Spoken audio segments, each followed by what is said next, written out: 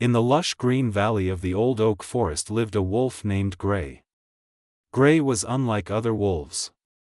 He had soft, ash-gray fur, kind eyes that seemed to smile, and a gentle heart. Gray loved every blade of grass, every wild flower, and especially the patch of wild geraniums that grew near his den. He would spend hours gazing at the crimson petals fluttering in the breeze, inhaling their sweet fragrance. He detested those who harmed the plants, anyone who dared to chop down or trample the precious vegetation of the forest. In his free time, Gray enjoyed wandering through the forest to hunt deer, elk, or wild boar. It was his way of maintaining the balance of the ecosystem, and also a way for him to hone his agility and skill. One morning, Mother Gray rushed to him in a flurry, bringing shocking news: "Your grandmother has scabies from not bathing for so long." Mother Gray sighed and continued, "Go visit her. And by the way, if she doesn't make it, you should also claim your inheritance." Gray was taken aback. His grandmother was known to be extremely wealthy, owning vast lands and many plump sheep.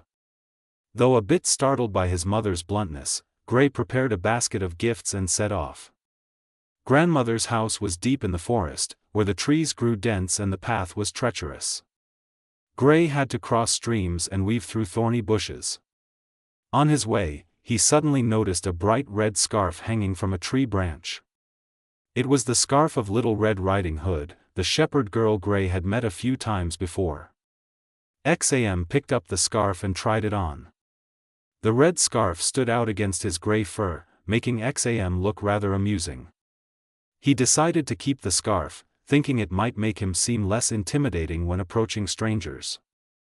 After a long and tiring walk, Gray finally reached his grandmother's old wooden house. The door was slightly ajar, and Gray gently stepped inside. Under the covers, a person was lying curled up, completely hidden. "Grandmother, I've come to visit you," Gray called out, his voice full of concern. "Oh dear, your voice sounds so weak." Gray moved closer, and a familiar scent, but not his grandmother's, wafted into his nose. It smelled of dry grass and young sheep. Gray narrowed his eyes and looked more closely. The grandmother's ears seemed longer than usual, and her teeth looked suspiciously white. After a moment, it dawned on Gray with a shock: the person lying in bed was not his grandmother, but Little Red Riding Hood, the shepherd girl, in disguise. She had wrapped his grandmother's headscarf around her own head and spoke in a hoarse voice, "So, you've recognized me, you foolish wolf?" The girl threw off the blanket, revealing a mischievous grin and a small dagger tucked at her side. It turned out that she had tricked Gray's grandmother into leaving and intended to seize her property. A sudden battle erupted. Gray, though gentle, felt his hunting instincts awaken. He lunged for the girl's dagger, but Little Red Riding Hood was no pushover. She nimbly dodged and then used a wooden stick to fight back. The sounds of breaking furniture, Gray's growls, and the girl's shouts echoed through the house. Just then, a pack of foxes happened to be passing nearby. They were good friends of Gray. Hearing the strange commotion, they rushed over to investigate.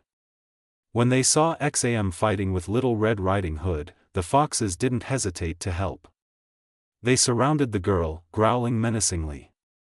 Little Red Riding Hood, who was only used to herding docile sheep, had never faced a pack of fierce foxes before. Utterly terrified, she dropped her stick, covered her head, and ran frantically out of the house, not daring to look back.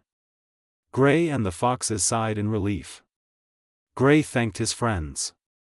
Afterwards, Gray went to look for his grandmother and found her tied up in a nearby shed, thankfully unharmed. Gray's grandmother was incredibly surprised and moved by Gray's courageous actions. From that day on, the red scarf was not just an accessory, but a symbol of the bravery and kind heart of the wolf named Gray, who had protected his family and his forest. And Grandma wouldn't give Gray any sheep, because Grandma is an old wolf.